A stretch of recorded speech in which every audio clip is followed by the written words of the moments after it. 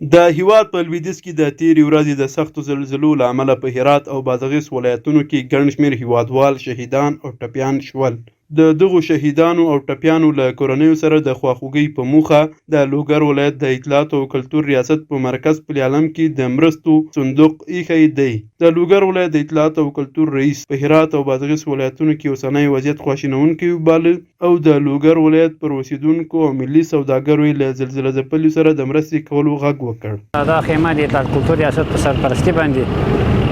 دلته په ولایت د لوګر په مرکز کې لګېدلې ده تر څو د هرات او بادغیس ولایتونو کې چې کومه زلزله شوې ده هغه خلکو سره د کومک او د مرستې لپاره همکاري او مرسته راجمع کړي، خلکو ته ورسول شي، هغوی سره خپله ایماني او داسې افغاني همدردي مو ښودلې وي او دغه مرستې د پروګرام به تر راتلونکي پنجشنبې پورې دوام کوي او د لوګر له ټولو طبقه خلکو نه تجاران دي، اهل خیر دي، خیریه بنسټونو مسؤلین دي، موږ هغه کوو چې په دې مرسته او دې چانده کې دوی خپله هغه ونډه واخلي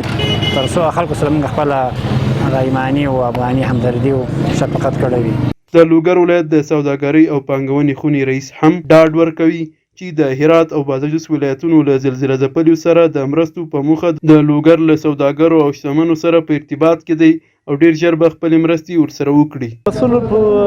حیث باندې مې غږ په ولس باندې دا ده چې د هرات له زلزله ځپلو سره باید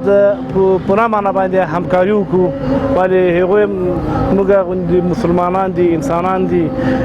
حیثیت لري، ستومانه دي، په پریشانۍ کې دي، باید ورسره همکاري وکړو چې تر څو به دوی دغه پریشاني نه وشي. هیره دې نه وي چې لوګر کې به د مرستو راټولولو دغه صندوق تر راروانې پنجشنبې پورې ایښی وي